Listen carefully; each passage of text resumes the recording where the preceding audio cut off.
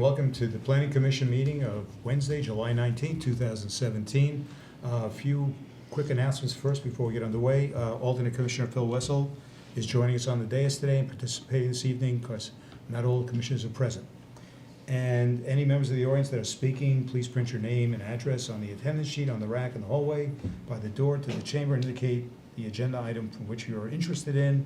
And please keep your remarks to no more than 3 minutes. The time will beep and will blink yellow when there's 30 seconds left, and you can begin to finish your statement. The timer will beep and turn red when your 3 minutes are up. Any additional testimony that you may have can be submitted to the city in written form. It will be a part of the record, just as your oral testimony. Okay, first item on the agenda is approval of the minutes for June 21st, 2017. Do I have a motion? I move that we approve the minutes as written. Of June 21st, Oh, June 21st, 2017, regular session. Second? Do I have a Second? It's been second. How many, please, all in favor, please say aye. Aye. All those opposed, showing none, and any abstentions? Abstain. Let the record show 202 on the vote on the approval of the minutes of June 21st, 2017. Do we have any record plats tonight? I believe that we do. Mr. Eby is not here yet, so we can move that to the end of the meeting. Okay, very well. We have one consent item, AFP 7624-2017, a amendment to final site plan. Any comments, any information, anything, any statements? No? No. Is everybody happy with the way it reads and what it looks like? Are we Yes. okay with the content? Do I have a motion here from the dais? Mr. Chairman, I move that we approve the consent agenda AFP 7624-2017 as presented into the record. Second. It's been seconded, motion made. Those in favor, please say aye. Aye.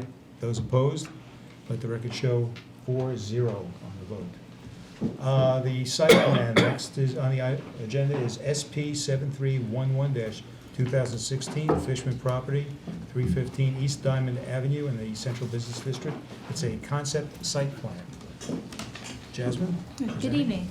So staff is before you tonight to present concept site plan application SP-7311-2016.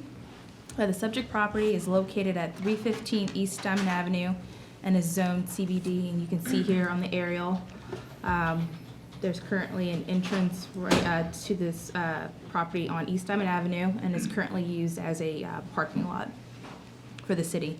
The applicant is requesting to construct a 5-story multifamily apartment building, which includes 8,663 square feet of ground floor retail, 109 dwelling units, and an associated 4-level parking garage. The application comes before the Planning Commission in accordance with Section 24-168, which requires Planning Commission to grant site plan approvals. As just mentioned, this is only concept review. However, since staff started meeting with the applicant prior to the submission of an application in May of 2016, staff has had concerns about the physicality of the proposed site plan and meeting the requirements not only of the zoning ordinance, but the building code and the standard engineering practices. In other words, how would this work on the site?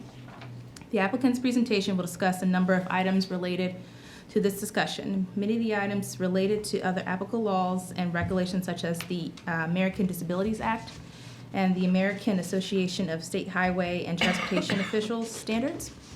The zoning ordinance or the Planning Commission does not regulate these standards.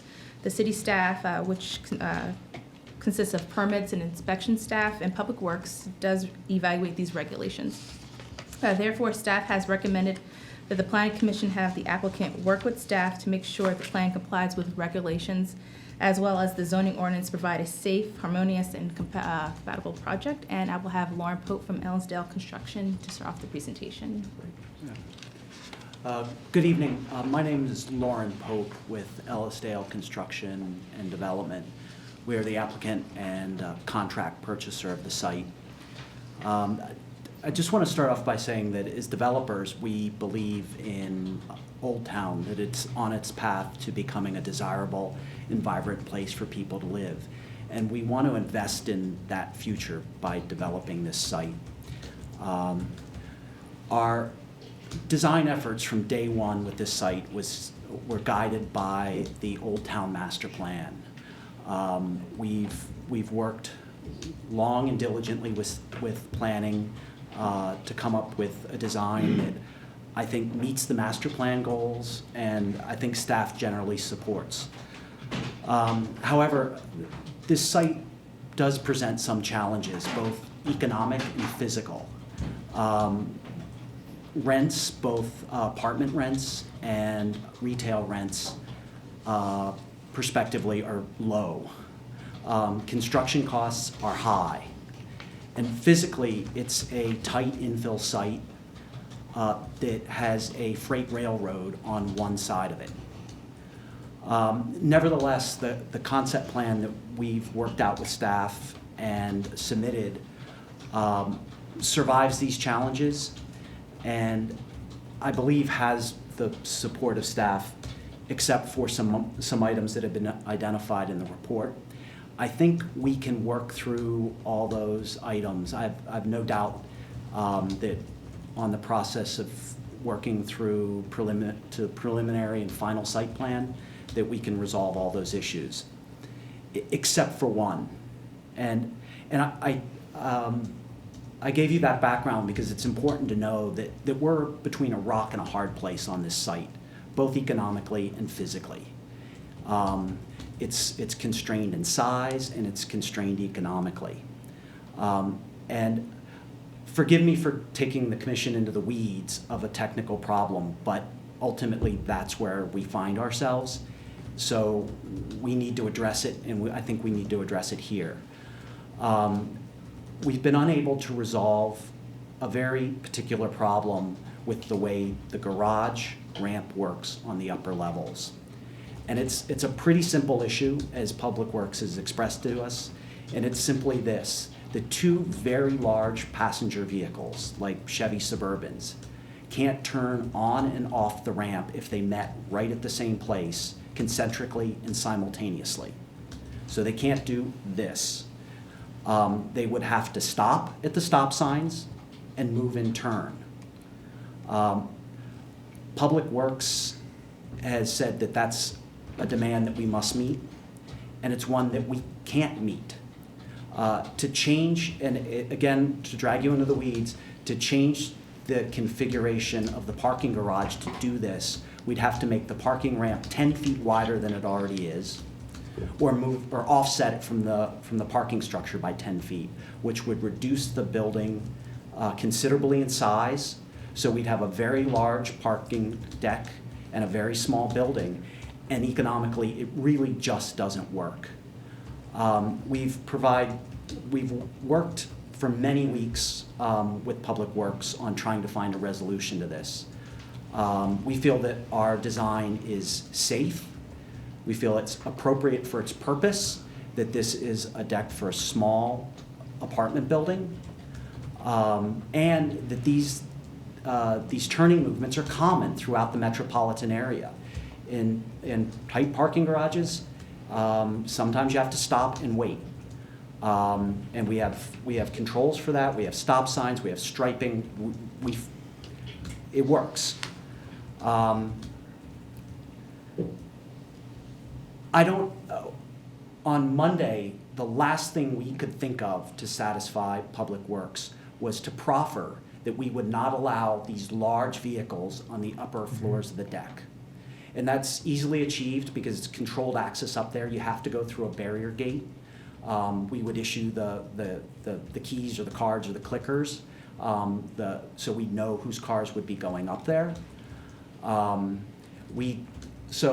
we can do that. We can enforce it. We'd also be willing to commit to a condition of approval, that it would be put in our leases, our residential leases, and even a covenant on the property if that would get us there. It was the last thing we could think of to satisfy this Public Works requirement. And we have a very experienced traffic engineer, Erwin Anders, that's going to come up and speak and show that smaller vehicles work just fine. They meet this requirement that Public Works has set. It's just these very large vehicles that don't work. We feel that this proffer should solve this problem. I'll tell you one last piece of this is that we've been going around for several weeks on this, weeks and weeks. We need some reasonable assurance that this concept plan is approvable by the Planning Commission. And if you just defer this to staff, that staff, it's approvable to staff for us to move forward. We don't want to put our pencils down on this. We like this project. We've worked hard on it. We want to keep moving. Time is not on our side. As Jasmine mentioned, we've been working on this since May of last year. When we underwrote the financing on this was last summer. Interest rates have gone up 0.75%, which makes another big financing hurdle on this if it keeps going up. We really don't have time on our side. So we need a clear path forward, and if we don't have that, that's what I request of the commission, if that's possible, and we'll provide the technical information at least to give you the background to consider it. Okay, thank you. Ms. Jasmine? So you want to go over the site plan? Steve, Or I think Erwin's next to me. no, I think Steve's going to provide some of the details of the project. Sure.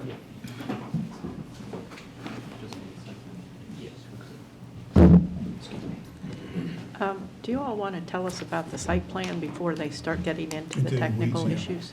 Yeah. Okay. Yes, good evening. My name is Steve Fotu. I'm with the Eisen Group Architects. And just to give you a brief explanation of the site plan that you see in front of you, the white blocks are the building, which is an L shape, and just below it is the parking garage in question. To the west of the proposed building is the Old Town Plaza. To the south, along the bottom of the page, you see the train tracks. And just a little bit of detail here. Along the eastern edge of the property, you see the access to the parking garage from East Diamond.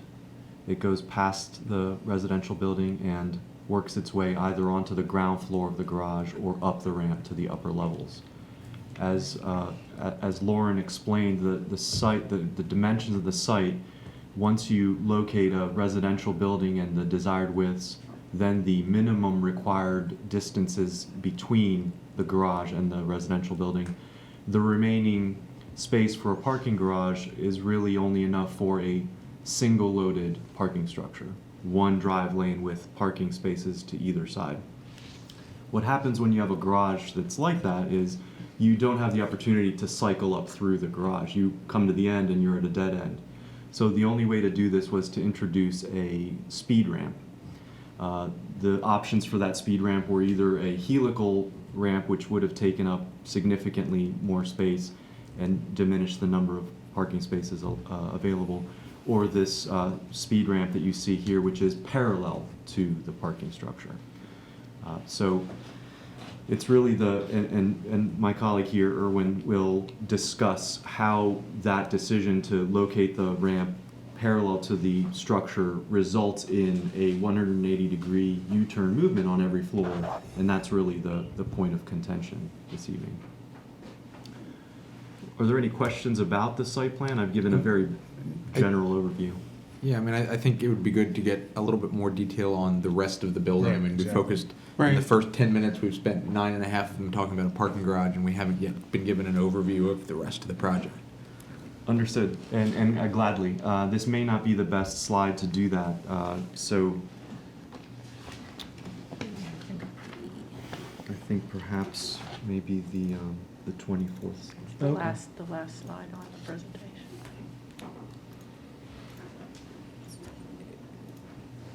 Actually, I think if we... You want to do the, Sure. yeah. And that's just the site plan. Yeah, I think, actually, if you don't mind, can we go back to the PowerPoint? Sure. I'm sorry. And the 24th page. towards the bottom. I think this illustrative elevation might be of help. So this would be the East Diamond elevation, and the reason I think this is a good elevation to speak to is to demonstrate the intention to create a street presence to activate East Diamond by use of ground floor retail, the lobby entrance to the building, And then as you would turn onto the west facade, which is on the right-hand side of the colored elevation, that's the facade that faces the Old Town Plaza. And thank you. Yeah, that's perfect. Thank you. So the image on the top, and that shows more ground floor retail in keeping with the Old Town Master Plan, a desire to activate the facade that faces the plaza. So that's really the ground floor in a nutshell. And then above that are proposed 5 floors of multifamily residential apartments. To go into a little more detail of the design, and in keeping with the desires of the master plan, and really in keeping with the historic district, is a significant amount of brick to express the weighty nature of the building, bring it down all the way down to the ground, and create a base. In design, I like to talk about base, middles, and top. It's a way to create texture for a building and also respond to 3 different scales. The base obviously being the pedestrian, the ground floor retail, and activating the street. The middle, which you see here, transitions from brick and has these white bay window projections proposed. That really responds to the block. So it creates a texture or an interest level that as you're walking down the block, there's a cadence to the facade. And then top. The top is really meant to read from at the level of a district, where sometimes you have spires, you have pitched roofs, you have a variety of different top treatments. Here, we actually treat the top floor of the building as part of the top in order to help visually break the building's height a little bit. So the pitched roof and that top floor together are reading as the top of the building. Do you want to explain the number of units and any amenity space being Yes. provided? Yes, thank you. So I think now would be a good time maybe if I look at G submitted drawings. So you want to see the architectural plans of the layout, so it's. Thank you. Okay.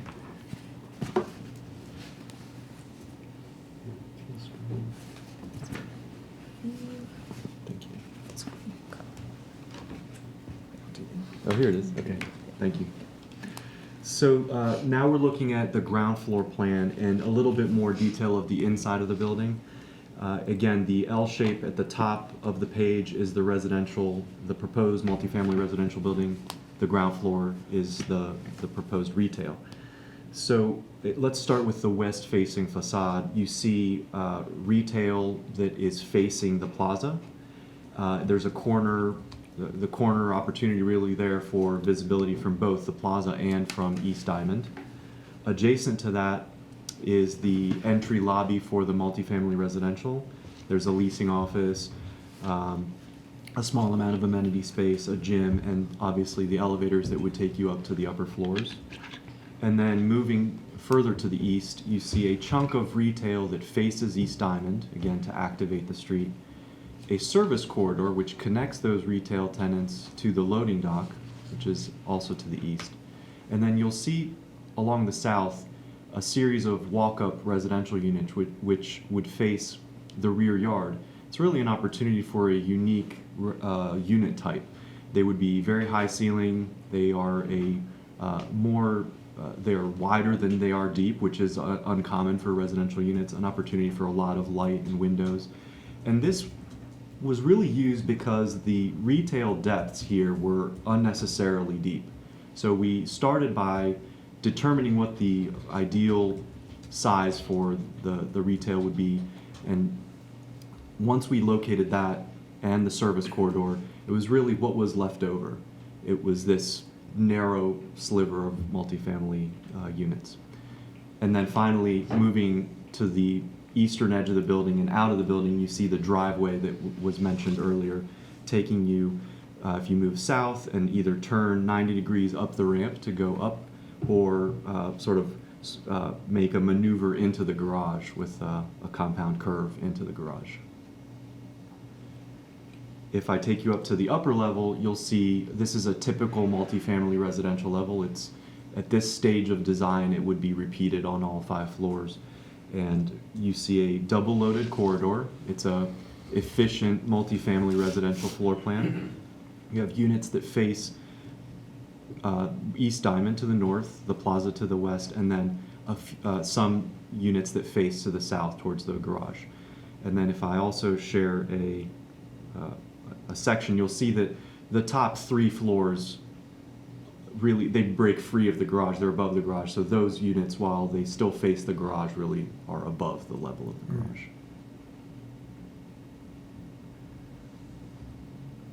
So the total number of units is proposed at 109, and I believe the number of parking spaces is 189. If I'm not mistaken.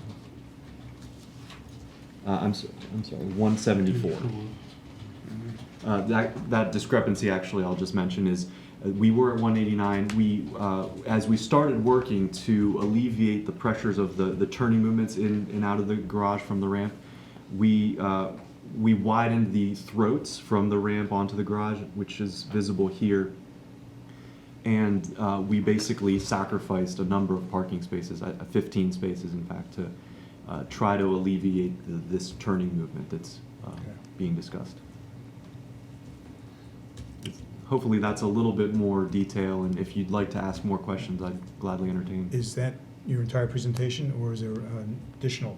The additional presentation goes to the technical aspects of the parking ramp, Okay. and then just a brief discussion about ADA, which intentionally brief to not get you guys bogged down. What I'd like to do is I'd like to focus our attention primarily on the building right now, which you just explained some of the points about that, and then defer the discussion to the parking and the turns and the ADA to the second part of our discussion, if that's acceptable to the That's fine. members. Okay. My first question is regarding the amenities. You mentioned a gym, but there isn't much green space here that's available. Obviously, it's a very tight space.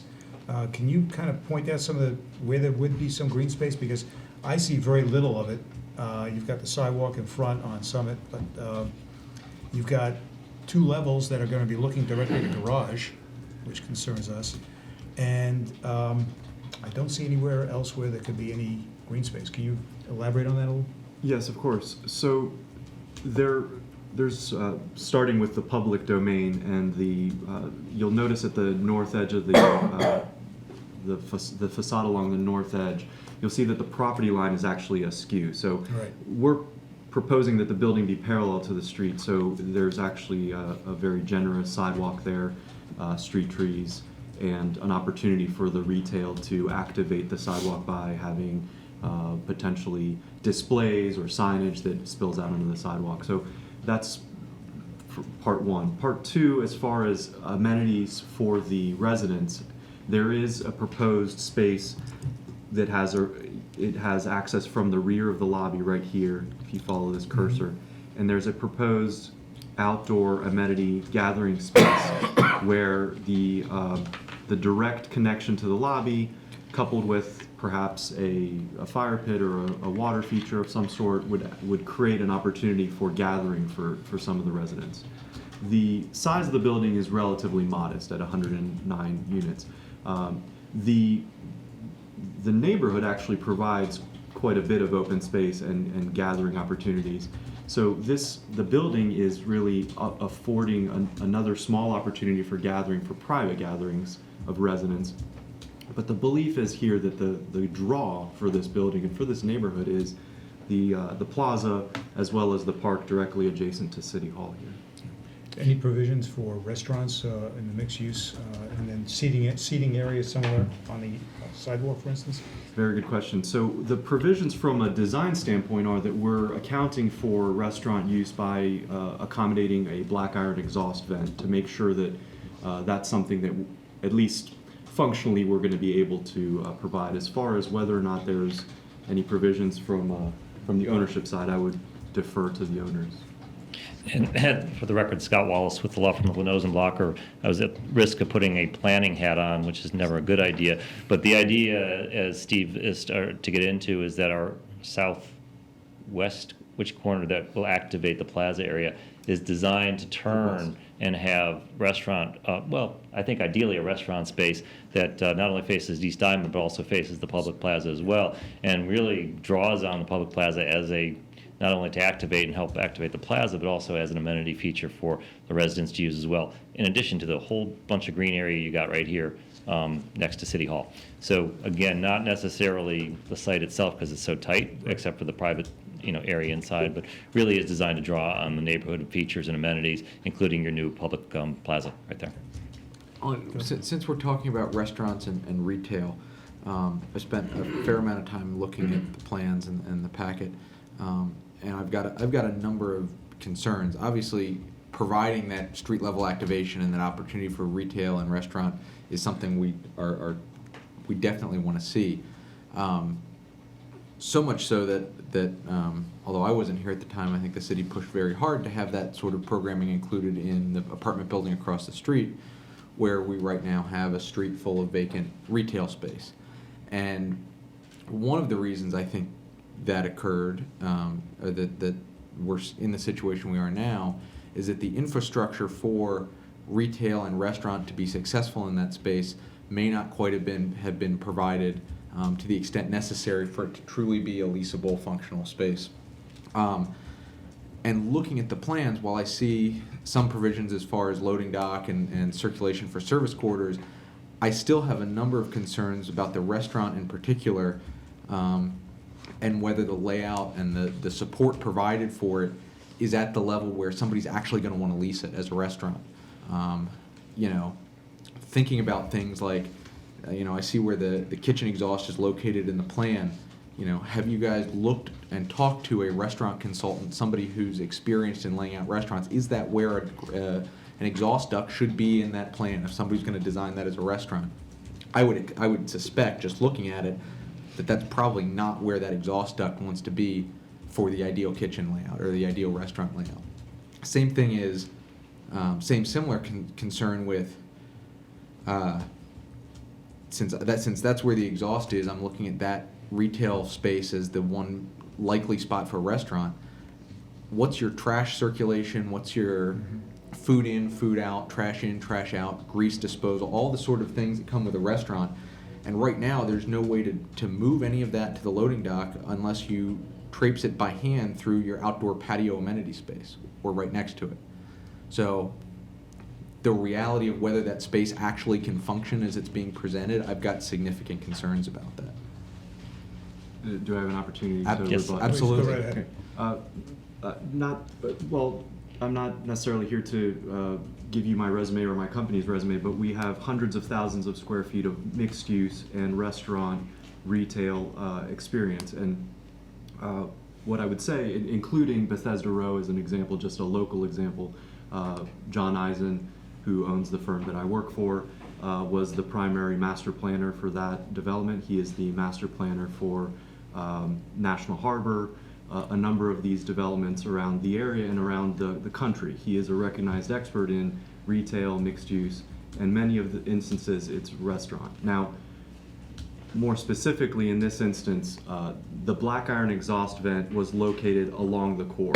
Whether that's the ideal location, I mean, we're in conceptual design at this point. Right. As long as we're locating it along the core, we have flexibility to slide it north and south along that location. So that is a point that we would certainly look more closely at.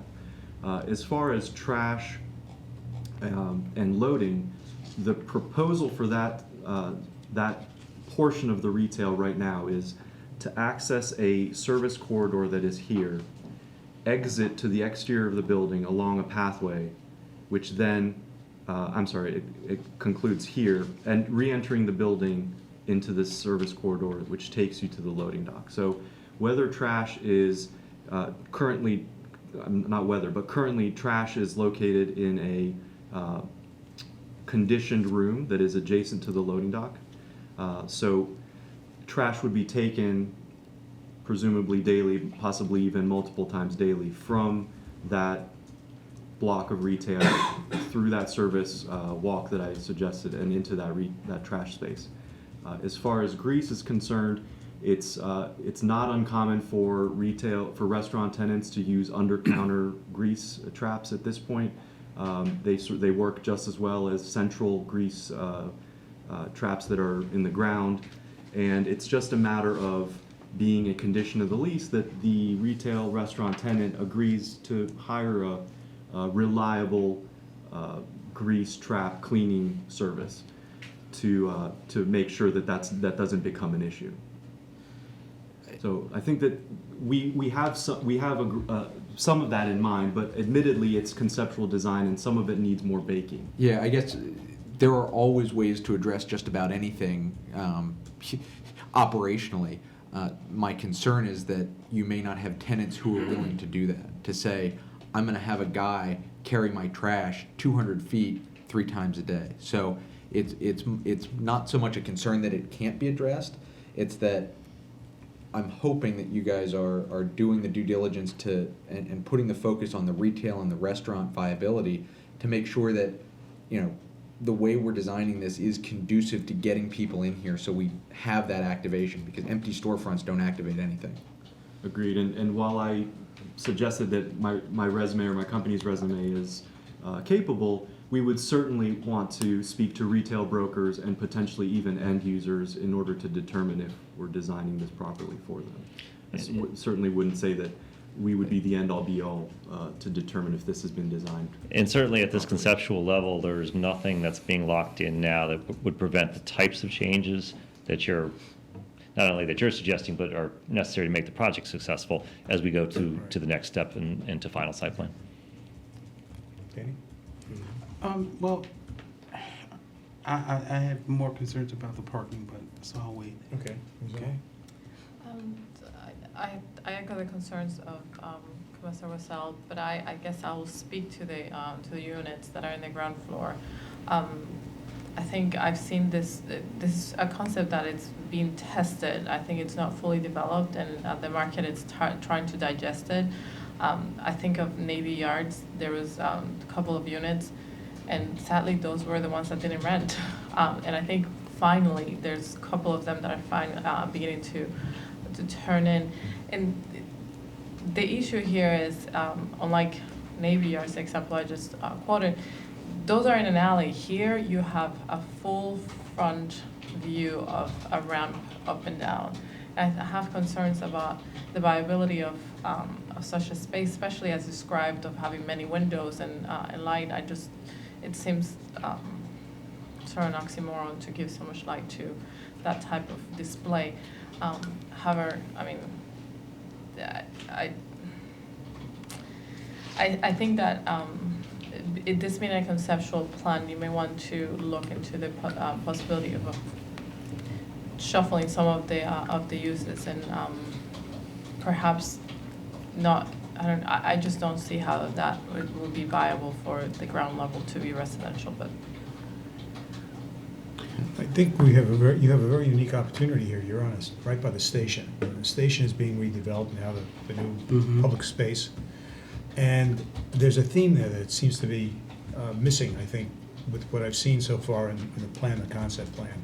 And I personally would like to see a little bit more bringing in together or tying in, if you will, the station, the museum, things like that with the theme and the way the building will be designed. The windows looking out on the new plaza, I think, is a great idea. I think you said 12 foot high, or are they 14 feet high? The retail storefront is planned at 12 feet. 12 feet high. Maybe even more so. I mean, to get more light in there and give more emphasis onto the plaza, maybe another way of doing that. But Phil, do you have any comments about that? Yeah, I mean, I think and I am admittedly struggling a little with exactly at what level of detail we're approving things at a Right. concept Yeah, level, right. because I have all sorts of architectural questions and concerns related to, we didn't see elevations of several of the facades, specifically the rear facade and some of the Yeah. other facades that definitely need to be carefully considered, but probably aren't critical at a concept level for what we're reviewing now. Understanding that this building there are sort of 3 main faces to this as far as how the building's going to be viewed from far away. There's the Diamond Avenue, there's the Park Plaza, and then there's the approach up Summit Avenue from the City Hall grounds across the railroad tracks, where that back side of the building is going to be very visible. that's something that needs to be really flushed out and designed well in the context of a historic, old town. Again, probably not something that's critical for a concept level approval, but, in the interest of giving you guys a heads up of the sort of thing that we're going to be, or I'm going to be looking at in pretty close detail when this comes back, that's one of them. The one thing that I just want to make sure I'm clear on from staff, that the letter for the height waiver, as part of this concept design plan, are we as a commission approving the height waiver? Yeah, that would go to Mayor Mayor and City Council. Council. Okay, that'll be mayor and city Yeah. council. I guess to that effect, the one thing that is unclear that would be helpful, that I'm used to seeing when we talk about height waivers, is I think we need some street sections through Diamond Avenue. Because talking just about the height of this building without any context of any of the things around it is sort of hard to do. So to really understand how much taller this is than the apartments across the street, if it's any taller at all, I don't know. Right now, I'm relying on just Google Street View, which isn't the best, Yeah, the same thing as far as the shadows and the light from the parking lot, looking on the back of the building, actually the second and third floors, and how much light will be available to those apartments that are looking at the parking lot. I think that has to be looked at very carefully as well in order to give the proper consideration to those particular tenants that may want to go into those apartments. All of the elevations are in the staff report. We can certainly, I believe, walk through them if you'd like. Yeah, I think my concern is if you go to the rear elevation, it shows the garage, Yeah. and that elevation right there, it doesn't show anything on the building. It shows a whited out building facade. So Which, When that's up- elevation, it's posted right south now. elevation, it's on the screen now. oh, I see. You were saying the back of the building. The back of the No building. architectural That's- detail. that- Fair enough, yeah. This elevation is going to be viewed, it's probably the only elevation that's going to be viewed from 300, 400 feet away. Yep. So that matters. Did you mention the materials in the parking garage? No. We do have something to say about that as well. We understand that there's a comment requesting that brick be used. I should back up 1 second. The proposed garage facade is precast concrete spandrels that have a brick texture and would be colored either to match the building or, contextually. We haven't really determined colors at this point, but we do have a color elevation that suggests there would be red brick on the residential building. Perhaps the garage has red brick on it as well to speak to the residential building.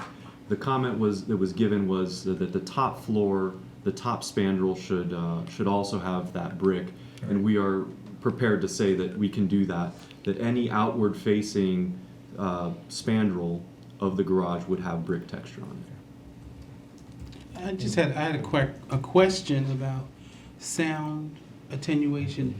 Is there some effort to, because you're going to be right next to the railway, is there going to be a sound wall or some material going to be used to help, kind of alleviate some of the sound? That's a great question. I think it's going to be important to investigate that. At this point, we're actually rather happy that the parking garage acts as a buffer between the building. Exactly. But right. the actual But building still, facade, yeah. we're going to want to determine what effect that has, because it's really a low rumble versus a high impact sound. So we want to make sure that we talk to the right engineers in order to design what is that exterior wall assembly. And so They'll you, have to do a sound, yeah. they'll have to do a sound study yeah. and then talk about Yeah, but that materials will be to addressed. address that. As Yeah. later on in That the would be a site concept preliminary. plan. Yeah, okay. We've already done the sound study. Okay. So we Okay. know where we are, and we're confident we can meet actually the HUD standards for outside and indoor noise, which Okay. are pretty restrictive. Yeah, I mean, that's definitely something that's gonna come up. Are we ready to go from, I'm sorry, go ahead. Well, my next set of questions goes into parking, so Right, we can- Yeah. right. Are we ready to go to the parking then? Okay, go ahead, Phil. My first question on parking is, I believe I read that the parking is going to be a combination of public parking and resident parking, or is it? Is there going to be publicly available parking here, or is it going to be reserved for residents only? I think it's dependent on whether the city decides to fund a level in the garage. And Okay. your staff would be better to speak Okay, to it, but that's fine, I guess But there is parking for the commercial. Right. but there would be for, Yeah. if you're shopping or eating, you could use that. And Okay. I don't know if the general public outside of that's gonna be able to use it or not, but. I guess my question, and it is sort of irrelevant whether it's general public or commercial visitors. Has there been thought to where in the garage that's gonna be located? Is that gonna be ground floor only? Yes. Okay, because that I was looking at just circulation within the garage and how somebody who's not a resident comes down and accesses, but having it all in ground floor deals with Yeah. that. Can I, at this time, can I ask staff to please address the parking problem that's been, Well, do you want them to go through their Oh, I did. presentation? Right, They have right, a they have- presentation. I'm sorry, I thought, Yeah. that's right, you have to go through your Right. presentation. And then Please staff. proceed with the Right. presentation then on parking. And I had, hopefully, my question, and I don't want to get ahead of myself, but I guess you'll address whether, you investigated like a one-way in, one-way out with the whole issue with the, with the suburban, being a former suburban owner. But, one-way in, one-way out of the garage, to address the issue with, the access and egress when two large vehicles come together or something like that. So hopefully you'll address that. So- Specifically, if we looked into a one-way in, one-way out Mhm. Design, No, well, Well, go I- ahead, I go would ahead, go go ahead ahead and and do talk your to you. Yeah, presentation. just talk. It's a presentation. Yeah. Good idea. Yeah. Good evening, Commissioners and planning staff. My name is Erwin Andrus. I'm principal with Grove Slade Associates. I'll just quickly go through the context of how the parking and the residential component. I think what we're concerned about, even though this is a mixed-use project, what we're primarily concerned about is the residential parking that's on the upper levels. So given that, one of the first things we did with respect to the traffic flows, to give you a sense of how much traffic is coming in and out of the residential component of this project. So for 109 units, using rates that are affiliated with the city of Gaithersburg, 109 unit buildings are actually relatively small in a whole spectrum of apartment buildings. That and the fact that it's basically right on top of a train station, these rates are relatively what I would consider conservative because of the fact that they are on top of a train station. So even not taking that into account, in the peak morning, the peak 60 minutes in the morning, you can anticipate 12 vehicles coming in and 24 vehicles coming out. And that's, that rate essentially relates to about, the inbound trip, it's one every 5 minutes, and then people coming out is one every 2.5 minutes. So the potential for a car coming in and a car coming out at the same time during sort of that heaviest hour in the morning is actually relatively slim with respect to if you just look at the volumes coming in and out. And then in the evenings, you have a situation where it's practically reversed, where you have 26 vehicles coming in, primarily people coming home from work, and 19 vehicles leaving. So inbound, it's roughly one trip coming in every 2.3 minutes, and outbound one every 3 minutes. So there's obviously in that 2 to 3 minute span, there's 120 to 180 seconds. So for a vehicle coming in and coming out, again, the potential or the probability of that is relatively low given that. Now, in addition to that, because of the fact that the lower level is retail and the upper levels are residential, there needs to be some access control so you don't get people going to the hopefully the restaurant to go up to the other levels. So there's going to be access control, and typically that's controlled by a gate, and whether it's a clicker or an easy pass or something like that. The gate arm, every time it goes up and down, actually helps meter the traffic going up. So you don't have, essentially, if for some reason 2 or 3 cars show up at the same time to go up the ramp, they're not sort of following each other because of the fact that they have to wait for the gate arm to come up and come down. So there's a metering effect which sort of minimizes the amount of traffic, at least coming out, coming up the ramp. So that's positive. And then, as I said before, I think because of the fact that it is residential use and because of the fact you are on top of a train station and because of the fact that the number of units are relatively low, the potential for vehicles opposing each other in each direction is, it isn't as high as it would be if it were a retail garage.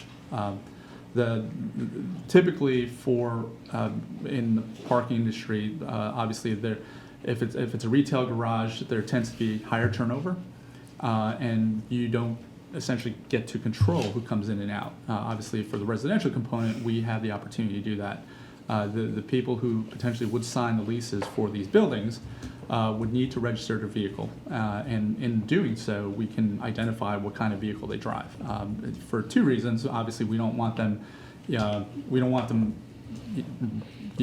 having access to more than one space, and also because of the fact of the length requirements for some of these turns that I'm going to go into is something that we are looking to control.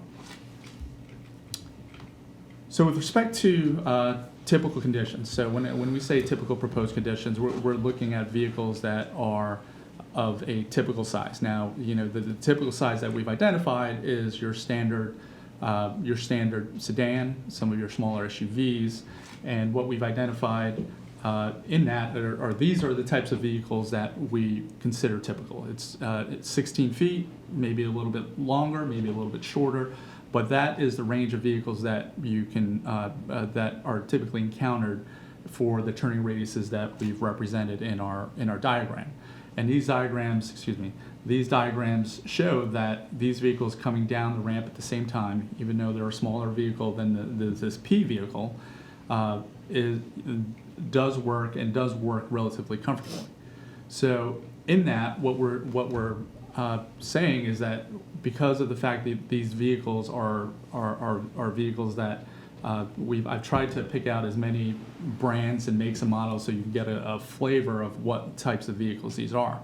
It's important to note that these vehicles, for the most part, are able to accommodate passengers up to 5 to 6 passengers. The next size up typically represents another row.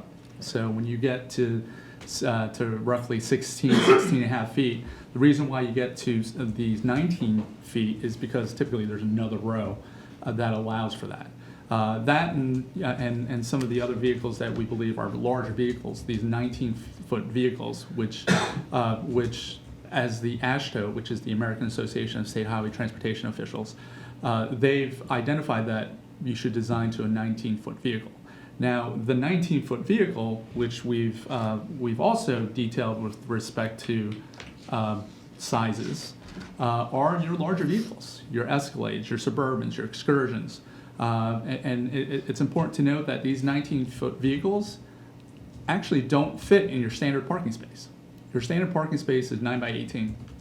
So in this instance, your design vehicle actually doesn't fit in a standard parking space. So that gives you a sense of how these design vehicles are essentially conservative in nature. But understanding that we are looking to meet the requirements, we've looked to see how we can better improve the previous design that was presented to planning staff. So the previous design, when we were involved, had some things that we would recommend, given that it's an infill site, given that it's a tight site. So with respect to mitigation, we've identified a few things. Some of the first things we typically recommend, especially in tight garages with some corners that are difficult to see around, especially with columns and walls, are concave mirrors. So that's the first thing. The second thing is we identified conditions where we have always stop conditions, especially at the bottoms of the ramps and at the tops of the ramps, so that when you're coming around a corner, you're not coming around at 15, 20 miles an hour, you're coming in from a complete stop. So it doesn't give you that chance to accelerate through there. So these elements, I think we've identified as something that would help mitigate the condition of these larger vehicles that aren't being designed to. In addition to that, we've proffered recently to restrict those vehicles so that, as I mentioned, as part of the registration process, if somebody says, hey, I want to live here, I have a Suburban, well, you can live here, but your Suburban can't. So in that instance, we're taking away. Well, Scooby-Doo's Mystery Machine, too. Scooby-Doo's Mystery Machine. So in that situation, it's similar to apartments that have pet restrictions. If we don't allow pets, you can't live here. Well, the same thing with your vehicle. You can live here, but in this instance, your vehicle can't. One of the other things that I'd like to bring up, given our extensive experience working at for transit-oriented developments, so for a lot of new product, what we've been seeing is that actually people are purchasing cars, owning cars, and actually because they live at a transit station, would keep their car all day in their space and not move because of the fact that they're during the day and during commuting they would take transit because that's why they chose to live there. So that they would only use their vehicles in the evenings or to go grocery shopping. So we wouldn't be surprised if the similar condition occurs here, where people own a vehicle and park it here, but don't take it out during commuting hours and during busy hours. So with that, what I'd like to show you is that there are some examples that we've submitted where these tight conditions are prevalent, especially in the district. There are two garages that are shown in these next two slides, which essentially their aisle widths are narrower than what's currently shown on our plans. And the reason for it is that the district standard is 20 feet for ramps coming up, 20 feet for any throats, and 20 feet for any driving and parking aisles. So that's their standard, and that's the standard that they went through a new zoning rewrite, and that standard actually just got carried over from their 1958 zoning code. So in essence, what we're showing here is a condition where the aisles are a little bit wider, both up on a ramp and at the throat and within a drive aisle. And this instance is 1121 14th Street, and then this other one is 1700 Columbia Road, which is in and around Adams Morgan in downtown DC. Mm-hmm. So these instances of infill developments that are able to accommodate these tighter vehicles, it's because being in a city and being in an urban environment, those who with bigger vehicles know there's a certain expectation that they know, okay, this is a tighter site. They understand that there's a risk for them to bring in their vehicle of that size, and so they mitigate it by driving slower and making sure there are no vehicles in the opposing directions. These conditions are of infill conditions. These conditions of narrow lanes for larger vehicles to make these turns are actually also prevalent in the city. There's actually a condition right outside, and if you look at the center parking aisle relative to the aisle that in front of City Hall, it's a narrow condition where two P vehicles cannot concurrently make that turn. Granted, you're in a surface lot and sight lines are better, but as a P vehicle driver, you'd still be concerned when you come to a complete stop to make sure that nobody's coming. So there's an expectation level associated with these types of facilities, and we've seen it in the district and in a lot of urban infill conditions. And so what we've also did is, and that's shown on this graphic, is this is what happens when two P vehicles try and make the turn at the same time. So if you notice, the vehicle that's heading west, there's a turning diagram that shows that it has to crank its wheel to the left in order to make that turn. Well, if I were to be driving a larger vehicle, this shows that it can be done, but practically speaking, what that driver would do was wait until it's clear. But this is sort of an academic exercise to see that it can be done. But just knowing driver behavior, they would just wait the extra 2 seconds for the vehicles to pass, and then they would swing out and take the necessary room for them to come down the ramp. So with that, our conclusions are that the design works for typical vehicles. The typical vehicle that we identified is 16 feet. Those vehicles are consistent with vehicles that carry 5 to 6 passengers. Most of the units in this apartment complex are 1 bedroom. So they're, it'll more than likely be a single or a couple. The design is typical of urban conditions, as we've proven with some of the other approved garages in the district. And then, as I mentioned, there's a condition right outside that sort of meets that same criteria. And then we're also registering, we're having vehicles registered, and then we're having larger vehicles restricted. So with that, I'm available for questions. Can you comment on the actual entrance coming in off of Summit Avenue and making a right? I guess there's left-hand turn coming in You mean and East versus a Diamond? right-hand turn, excuse me? Off of East Diamond. Oh, East Diamond, I'm sorry. Thank you. Off of East Diamond, can you comment on the entrance ramps and how the traffic flow would come in and out into the parking area? Do you have I don't have. Go to the site plan. Oh, actually, yeah, we Well, did it's- submit. yeah, I think this is what we Thank you. recently. Commuter traffic coming out of Exactly. the train station. It's more or less Yeah. capacity. Yeah. Hi, my name is Phil Rhodes. I'm with AMT Engineering. We're the civil engineers on the project. And that exact turning movement that you described, the one both from the east and the west Right. on East Diamond Avenue, that was something that staff had requested as well to show those turning movements. And we showed that they're both doable, 2 cars simultaneously for the P vehicle, the 19-foot vehicle in either direction. Either direction? Yep. And as far as making a left-hand turn from East Diamond coming Right. into the project, how, Could that be restricted? That's kind of a question for staff, I guess. Can we do that? Can we restrict like left-hand turns only or something? Or no left-hand turns? Right. So yeah. that was the movement we showed right there, and you can see So the there's a left entering. There's a from left, Yeah. okay. Yeah. yeah. Question? I guess it's more of a question for staff and Ollie.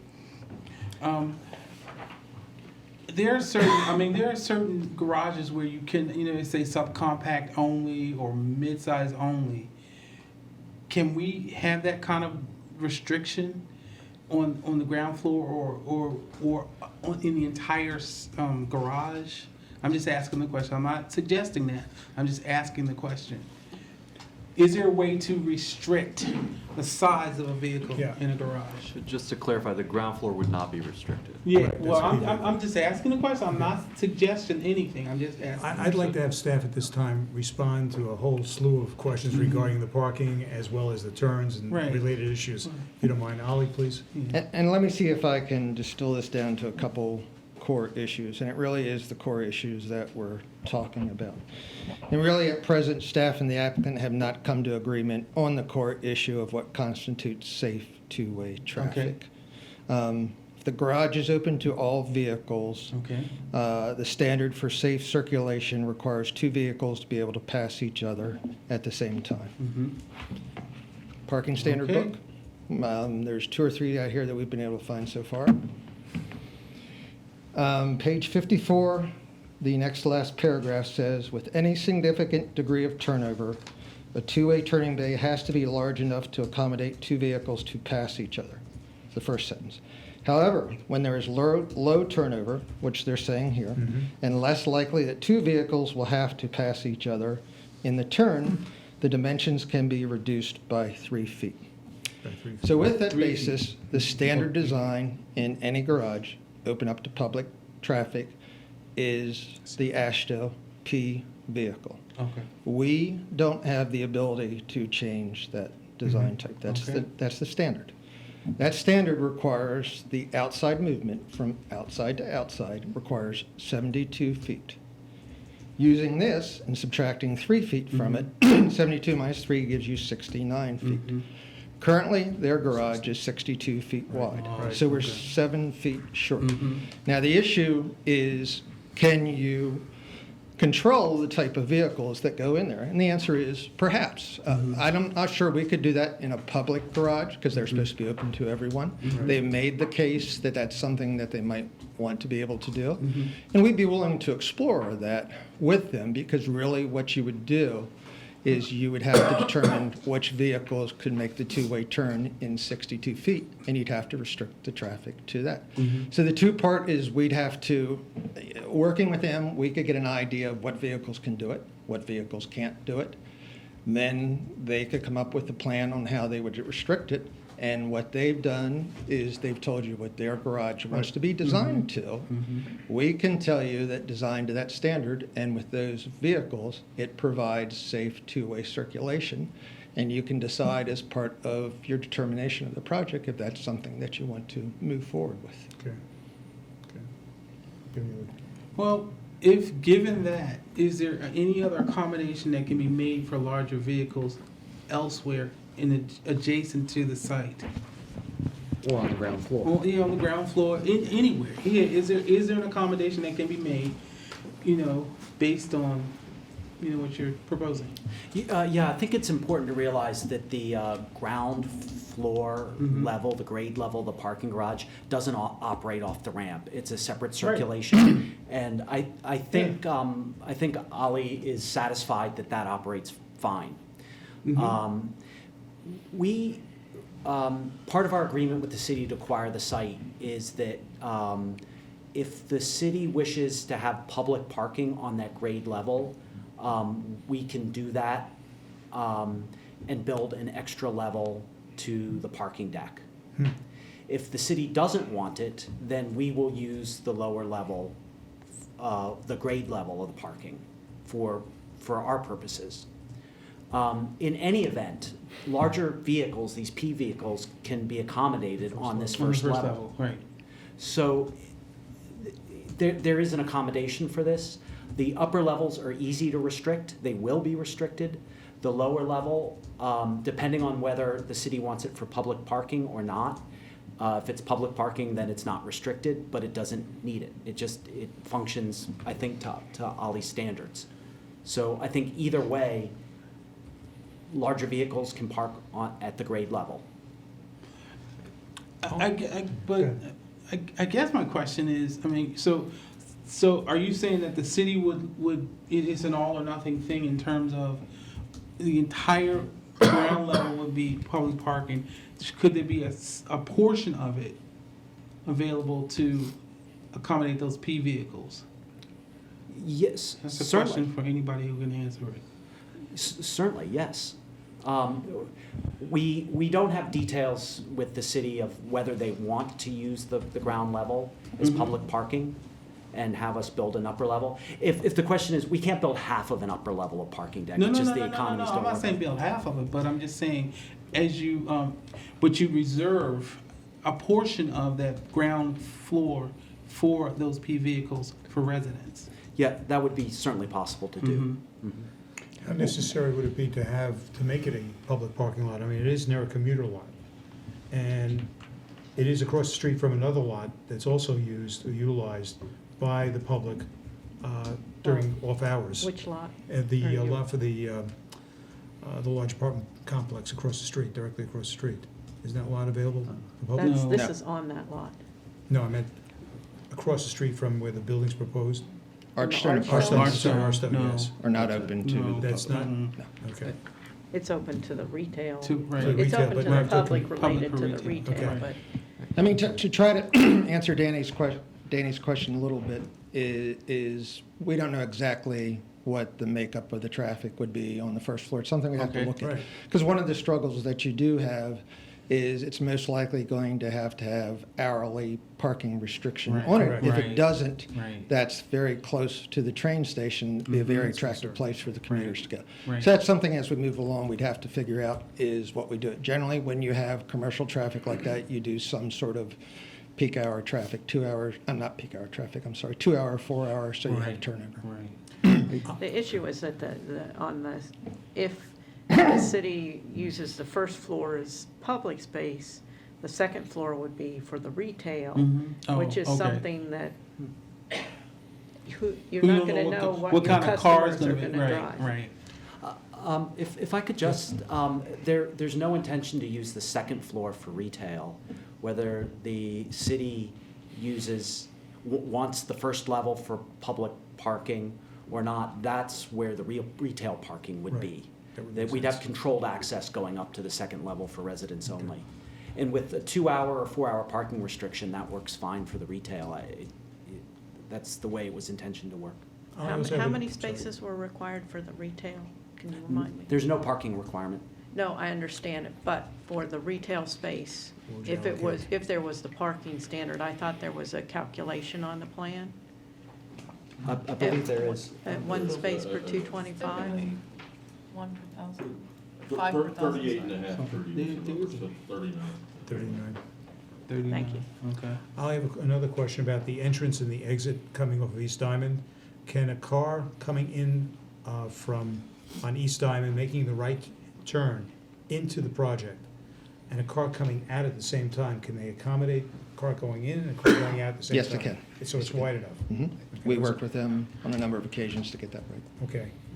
And there are dead-end aisles, drive aisles on the project. Is that, The one end is a dead-end aisle, the one that goes to the west from the ramp, and that's something that you may end up having to mark out a space to give someone a space to turn around with. That's typically done. that's typically done? Another thing and that probably would be the most typical thing you could do.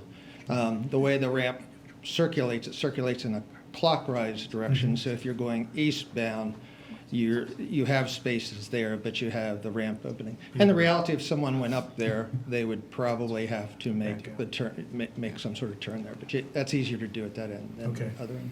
Okay.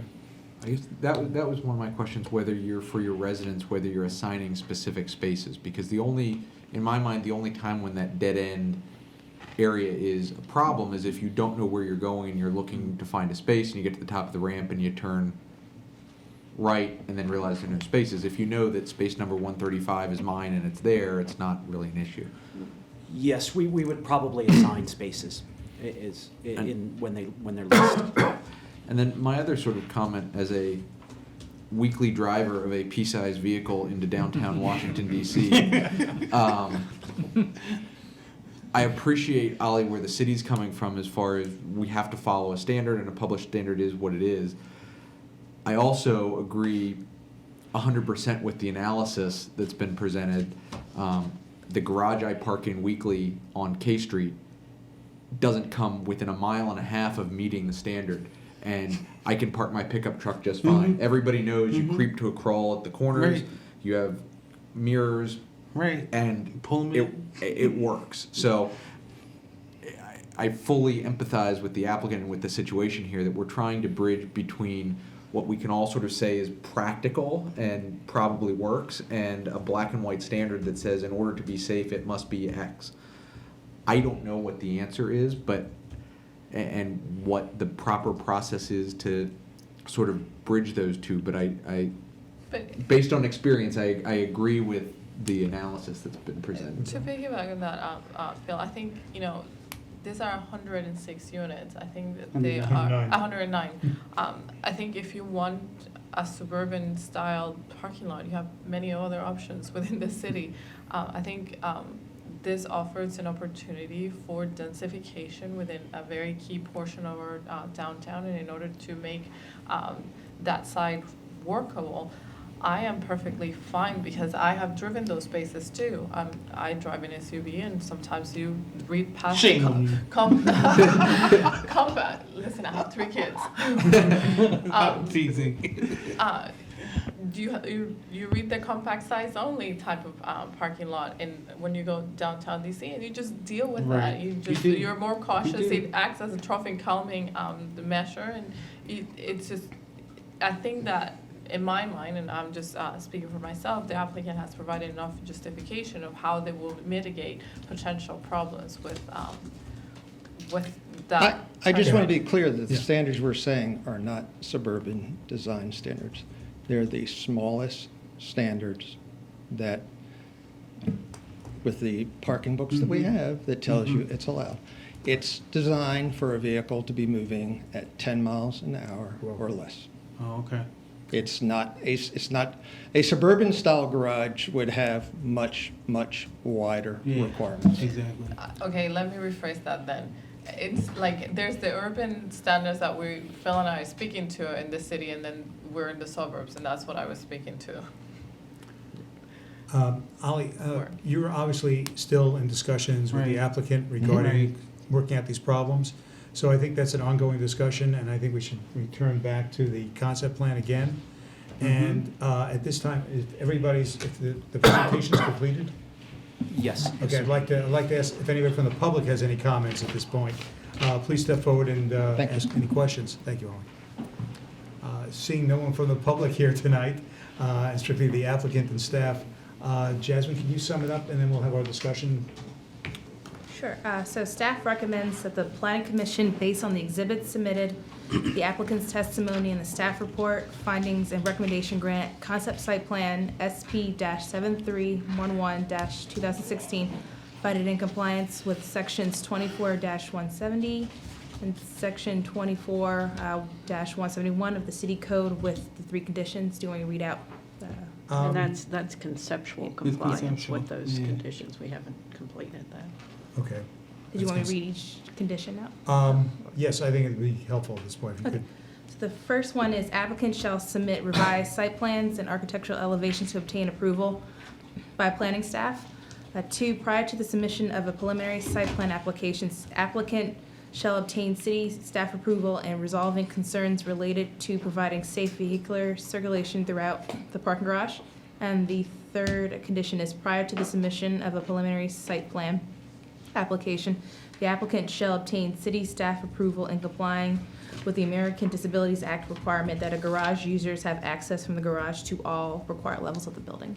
It was noted in the staff comments in our report here that there were also additional labeling, minor labeling and editing errors that were found in the applicant. Yeah, we just noticed application, there's some rather. sort of labeling errors in the parking table. They mentioned one-way modular. For example, they're only doing 2 ways, so you might as well just remove that text Okay, so there's no from. reason to. And That's covered by condition. Covered condition condition number 1, one. okay, I just Yeah. want to make sure that that was covered by, okay. Open for discussion then amongst ourselves. Let me just say at the beginning, at the outset, this is a piece of property I know that the city has been working feverishly over a number of years to try to have somebody develop. And I think the plan that you put forth is an admirable plan. I know it's taking a lot of work, a lot of time, and I myself am very supportive of it. I'd like to see something go on this lot. And I realize it's tight, and I realize there are a lot of restrictions around it, but I think it's a necessary piece that has to be developed for the city to continue its development in the business core. So I'm helpful that the staff can work with the developer, the applicant, to work out the problems, and look forward to seeing what the next step would be. Yeah, I So, mean, prior, I may, just for a second, before you continue your internal discussion, would you permit me just to? Please go right ahead. Before you make a motion, I think Lauren expressed it in his opening comments that we have a significant concern still with condition 2, meaning Yeah. we cannot do anything else to address Ollie's staff's concerns. We would appreciate some direction from the planning commission to staff, recognizing that that is the reality. I mean, in other words, we have done everything we can do to, which I think has been recognized by the planning commission, but there's a concern that unless that direction is given to staff, we don't know how we can comply with condition 2. Again, I'll remind the planning commission that their purview is related to the zoning ordinance Mhm. and Right. not so much to engineering details. That's something that staff reviews and makes recommendations to you. And that would be beyond, once we get past this step, or would it be something prior Yes. to having this step? Yeah. In that case, I would suggest condition 2 then is not appropriate for the planning commission to include in its recommendation. I would defer to staff on that. Do you think that's something we can? That, Okay. we feel very strongly about that condition. Condition or we number 2. Wouldn't have put it before. Well, you. and that's what I was thinking too. I Yes. don't know, I mean, Sorry. Good evening, sorry. members of the commission. My name is Mike Johnson. I'm the Director of Public Works, and I work with Ali. And we are we are not opposed to working with the developer to find a vehicle that fits within this structure. We cannot approve a design which has two conflicting movements or opposing movements in conflict. That's not really a good design. So if you can find, we saw the proposal that was put forward, which we would look at. And if it is possible for you to find a way to demonstrate to us how you would restrict the class of the vehicle that would go up into using the speed ramp to go up, we would be willing to work with the developer to come up with an amenable solution. But to sort of say that, should allow a P vehicle when the P vehicle clearly, by any standard that we can find, doesn't work. Right. Is not really an option that we can consider. We were clear about not allowing P vehicles through lease restrictions, accepting a condition of approval on the which would be enforceable, in my view, enforceable. A P vehicle would be a police vehicle, No, which, no. sir, a P vehicle is a police vehicle. And if you're going to restrict a police vehicle from your upper floors, I think that's a problem. So but I don't think that's what I they're saying. I think we need to look more into it. Oh. The P vehicles, I no, think it's a much. It's a size. It's a size and the turning radius of a it. police vehicle would have Okay, the right excuse me, to excuse do me, whatever can we they have wanted. some? Sorry. Yeah, I Holly, can don't you want address to it, please? turn this into an engineering discussion Right. back and forth. The issue becomes is they have a size vehicle that they believe will work. The garage, from our standpoint, we'll have to have assurances that that's the vehicles that can go into it. If you don't do that, we're talking about a P vehicle, and it's a design vehicle. It's not a specific vehicle of any type. It's the standard design you're supposed to use.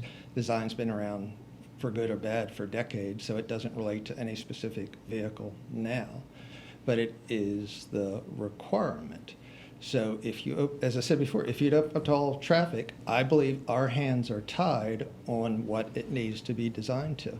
If you customize the garage and you make those sort of things that ensures that only the vehicles that can go in are the ones that can make the safe circulation, that's something we can come back to you and say, here's what they propose, we believe it's safe, and they can tell you how they propose to do that. And that's one of the decisions you'll use in making your decision. So the key word here is safe vehicle circulation. I believe that's the key. So I don't, to me, I don't think that they're saying you can't. I think there's more work and discussion that needs to happen. I don't think that this is going to totally restrict you from moving forward. I think there's just more work that needs to be done. Is that not your understanding? Well, if I may, Okay. as Scott said, we've put on the table every possible mitigation design change that we can imagine that works.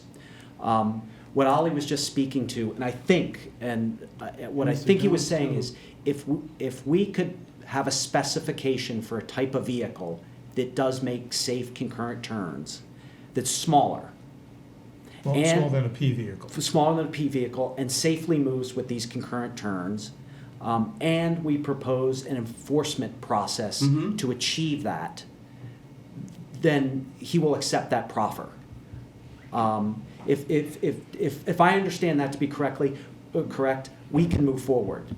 If I don't understand, if that's not correct, then I don't know. No, that is correct. We can come back and say, under those conditions, we believe the garage is safe.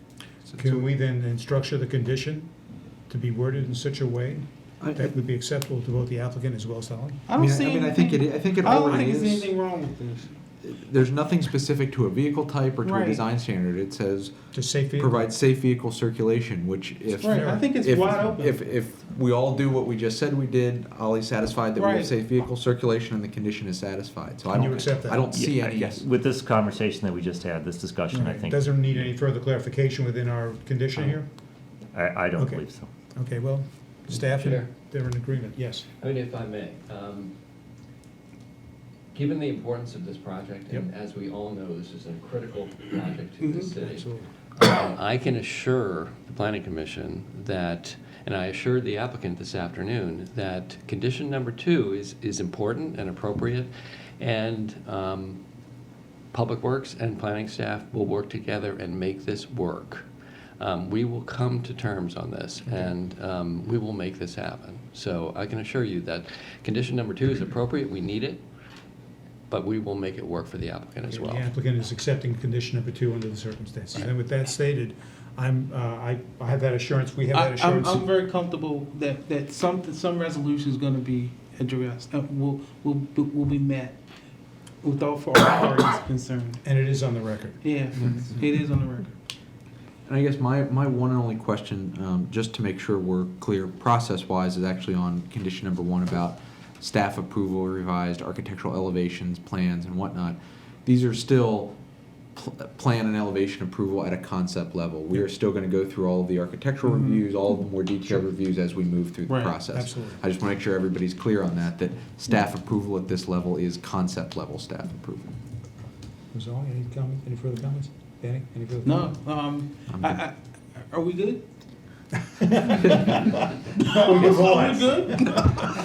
Yes. Well, if that's the end of our discussion, then I'd like to hear a motion, please.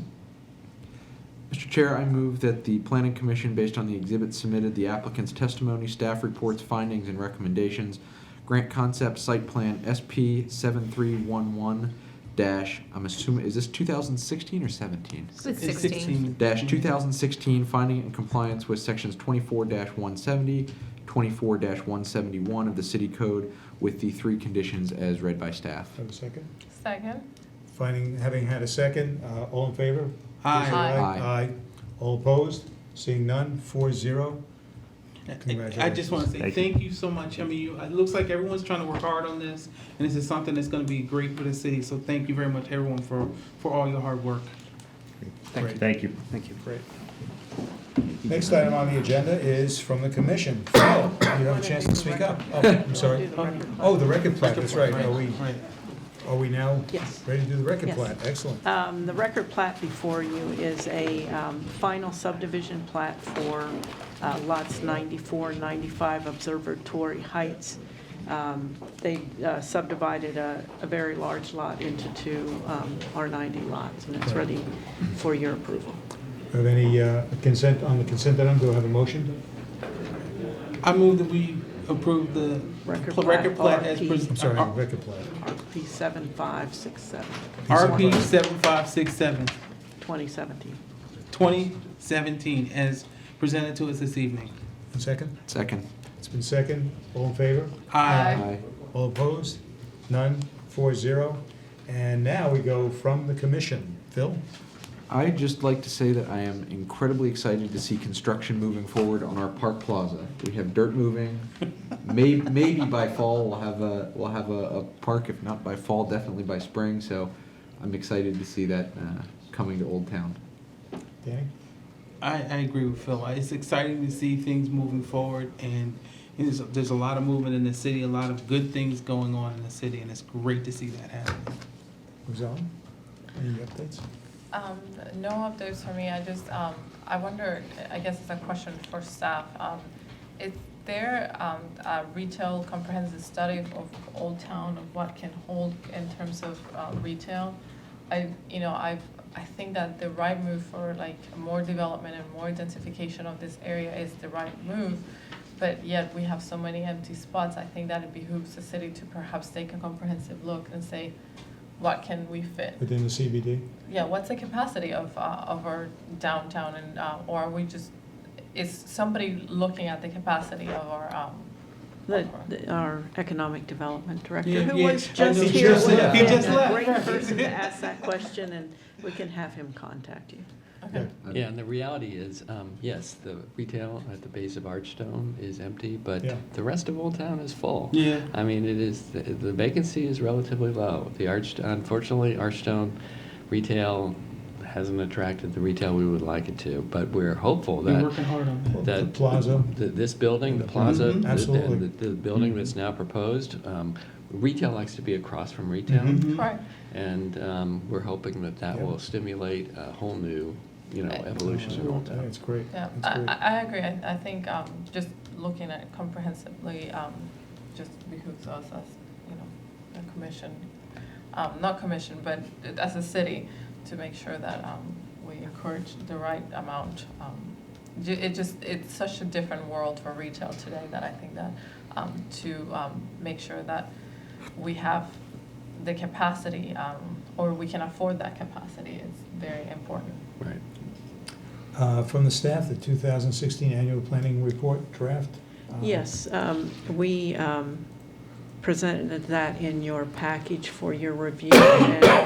And if you have any comments for us, I would like to compliment Jasmine Forbes and Ray Rokes, who did the lion's share of the work of putting this together and did a fantastic layout. It looks It great. looks beautiful. It looks great. Yeah. Really proud. I mean, you guys should be very proud of this and circulate it throughout the city. I think at Yeah. appropriate times, appropriate places. I think it'd be wonderful. Okay, thank you. Anything else from staff at this point? John? I have one thing. We had some very good news today. You may have already seen it on social media, but Kimco announced that they had reached an agreement with Sinopolis for the total rebuilding of the Kentlands Theater. Oh, And it will be a luxury cinema concept, and the first stage in a comprehensive redevelopment of Kentlands Market Square. oh, wow. And this was what they were waiting for. This was they needed this Right. theater deal, Mhm. and apparently, I spoke to Karen Garfield today, as did Trudy, and apparently this has sort of unleashed quite a bit of discussions on new retailers in Excellent. Kentlands Market Square. That's good. Excellent. So nothing else to announce, but Sinopolis has been officially announced. And as I said, the building will be completely redone and completion will be in 2019. So will they shut down the building while they're doing this, or will it done stages? They will shut down Shut at down. some point, yeah. Okay. I don't know how soon, Right. but at some Okay. point it will shut down. Well, I think, I don't know, we were looking at movies for this weekend. There's Yeah, not nothing. before Spider-Man comes out. No, there's no schedule for Paragon as of tomorrow, so we'll see. Frank, you want to say something? I was just going to say, I had mentioned the open meetings training coming up on September 12th. Okay. We'll be getting an announcement about that probably in the next couple of days or early next week. And that will be September 12th at the Casey Center, and that'll be 7 to 9. Okay, And very the good. Assistant Attorney General, who is advisor to the Open Meetings Board, and myself will be taking part in the training. Great. Okay. Anything else? All right. Our next meeting will be August the 2nd. We will be polling you concerning some joint public hearings tomorrow Okay. for two text amendments related to small cell antennas. Right. And it's a comprehensive or consolidated hearing with changes in Chapter 19, Chapter 20, and Chapter 24. But you all will just be discussing Chapter 24. Okay, great. If there's nothing else, then I'll adjourn. I'd like a motion to adjourn. Do I have a motion to adjourn? I move that we adjourn. A Second. Second? So moved. All We right. adjourn. Thank you very much.